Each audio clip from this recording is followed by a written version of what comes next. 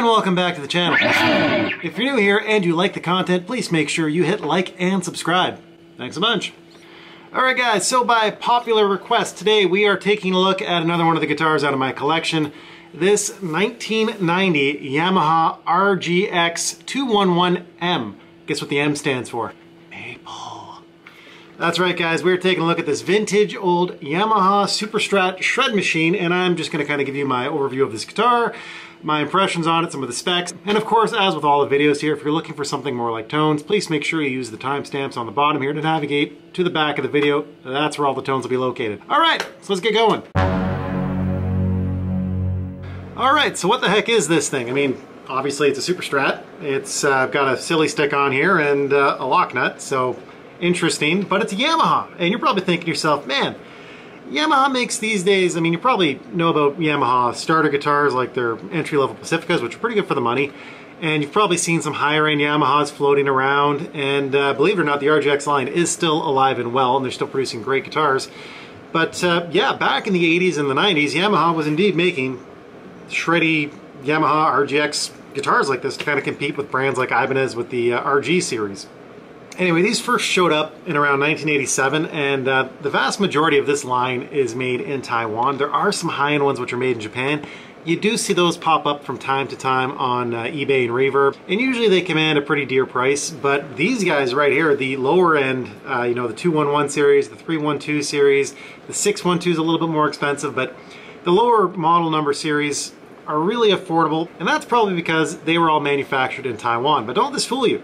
These are actually pretty decent, relatively good quality guitars for not a lot of money on the used market. I mean, realistically, any of these can range in price on the used market from $100 to like $500, $600. So really not a very expensive guitar for a vintage shred machine. And when I say vintage, what I mean is these were introduced in 1987. This line is still in production, but you can find these old Taiwan origin RGXs for not a lot of cash. There's also another series worth mentioning if we're going to be talking about the RGX series called the RGZ series. I don't know a lot about the RGZ series. I haven't owned any of those guitars, although I have had a few RGX guitars over the years. I've had two 312s. I've had one 6112, which I really liked and would love to get my hands back on. And I even had some of the ones that didn't have the locking trem system on them, and those were okay too, those were fine.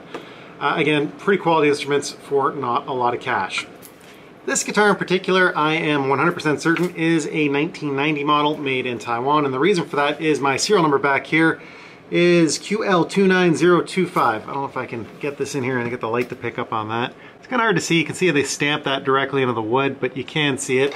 Basically, the way Yamaha was doing these back in the day was they would stamp the country of origin on the back of the headstock or somewhere else on the guitar. Sometimes you'd see serial numbers and other quality stamps down here. I think that was more in the 90s and the early millennium.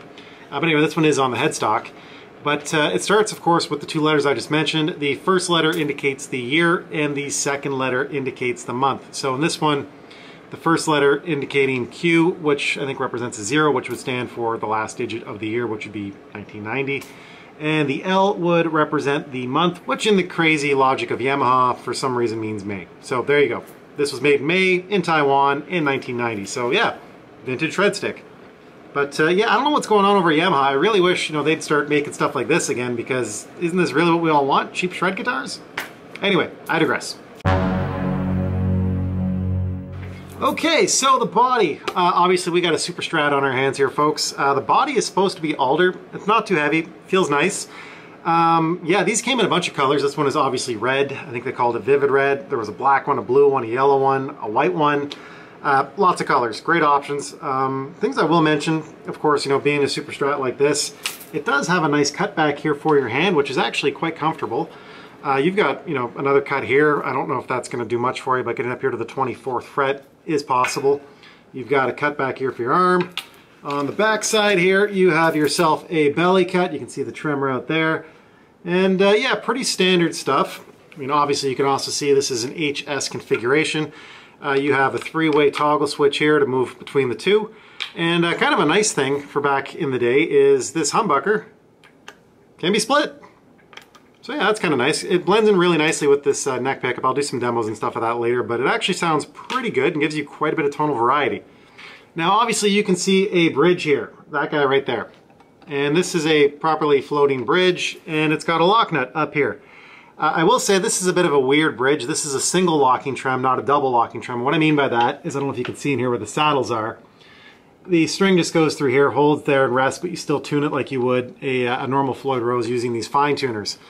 And up here you've got the lock nut, which is kind of the old school 80s design behind the neck. This one's actually an aftermarket lock nut. I put that one on there. The reason being, the ones that come stock on these are a little bit different. And what I mean by that is Yamaha uses 4mm Allen bolts here. I don't know why. And they're slightly thicker, slightly wider, and the actual lock nuts themselves are a little bit bigger, so they don't fit in regular Floyd Rose style nuts. When I bought this, I bought it used, obviously. The guy I bought it from didn't have the lock nuts anymore at all, so I couldn't source anything that would fit, and I couldn't source the bolts. So lucky for me, a regular Floyd Rose one will just bolt on right there, no problem. Now, this trem itself, of course, being a single locker, is a Yamaha proprietary design, if I'm not mistaken. It's called the RMX trem. I will say this is, for a single locking trem, pretty stable. I'll do some more demos and you can kind of see what's going on here. It does stay in tune pretty well, but it does suffer from the usual issues that most single locking trems do, whereas if you're really getting aggressive on this bar like a maniac, it will go out of tune. I mean, the only one of these that I've ever played that really does stay in tune is that Schaller System, one of those old Fenders. Those things are fantastic. They almost never go out of tune. This one will go out of tune, but you got to beat on it a bit to get there. Overall, pretty decent trem. That's the reason why it's still on here. I was thinking about switching that out for a Floyd Rose Special or maybe a Godo. From what I understand, the posts themselves are actually the same spacing, so it should bolt right on there. But I haven't decided if I really want to do that or not, because really this one is more or less staying in tune, and yeah, why change it if it isn't broken, right? Eh. So the neck. Let's chat about the neck. Obviously this is a maple neck. It is multiple piece. It is 24 frets of Shredder's Delight, and yeah, I like this neck. You've got, you know, I think they're medium jumbo frets on here, if not jumbos. I will say that the scale length on this is a bit shorter than the usual Fender fare. This is more like a Gibson at 24.75 inches in length. So everything's a little bit closer together. Very nice, very shreddy. If you typically play things like Gibsons, this scale length is going to feel very comfortable to you. The fretboard radius itself is pretty darn flat, as you probably noticed. This is 13.75 inches, so it's not a compound radius or anything like that, but this is definitely a very shreddy feeling neck. With all the information I've been able to find online, the back of the neck here is supposed to be satin, although I don't know if it's maybe just from years and years of play. It feels more like a gloss to me, but yeah, you know, down here I could see that. Maybe it was satin new.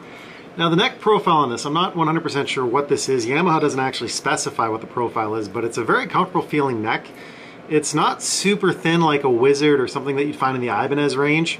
Not quite as beefy as a Kramer either, but still quite comfortable. Don't really know how to describe this one. Doesn't really feel like any other necks I have on my other guitars, but it's not uncomfortable. Actually, I quite like this. It's a nice neck. It feels good. It plays well. Yeah, good neck. All right, the headstock. So this is pretty cool. I'll show you the back here. The tuners actually say Yamaha on them. I don't know if you can see those. But yeah, I really like this headstock design. I kind of wish Yamaha would go back to doing this. Kind of Jackson-ish, but not quite. Kind of Kramer-ish, but not quite. Kind of Ibanez, but not quite. But really just their own thing. I really, really like this headstock shape. Obviously, it's 6 inline tuners. But the cool thing is, you see that? It's kind of like a recessed cut here where they show the bare wood. I think that looks really sharp. Yamaha, bring these back. This is a really cool look. I really, really like this headstock. I mean, the modern ones are okay, but this is the right one. This is the one you want to make again. All right, the important thing. How does this guitar sound? I mean, we're talking a cheap guitar. These are the stock Yamaha pickups. I don't know who the heck made these for Yamaha. But you know what? I actually kind of like the sound of these. What I'll do is I'll just do some clean tones moving through everything as I can, then I'll split it and show you the 2 tones that you get with the split. Then after that we'll do something a little bit more produced in a rocky context, which honestly with a guitar that looks like this is probably what you're after anyway. Alright, let's go. Alright, starting off, let's go. Neck position.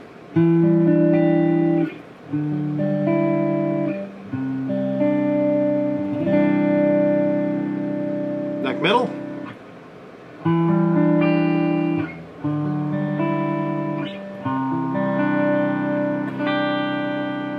Bridge.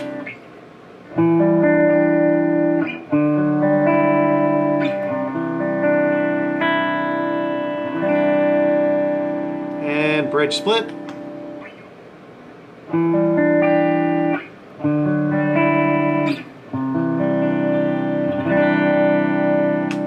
would be neck middle with the bridge split again.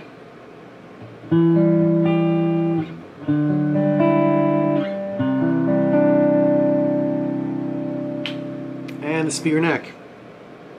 But we already did the neck. Why am I doing the neck again? Let's not do that. But yeah, this humbucker, when you split it, actually sounds kind of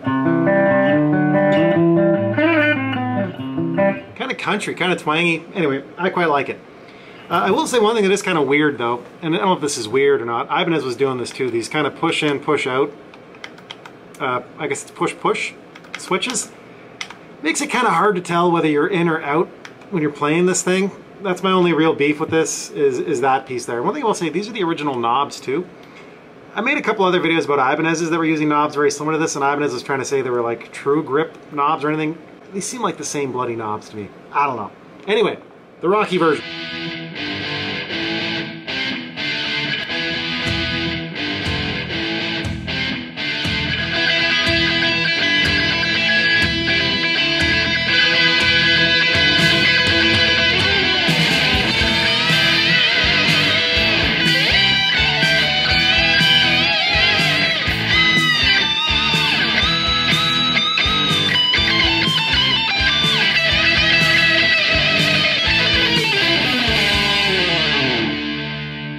Anyway guys, there you have it, my review on this El Cheapo Yamaha RGX 211 M series guitar.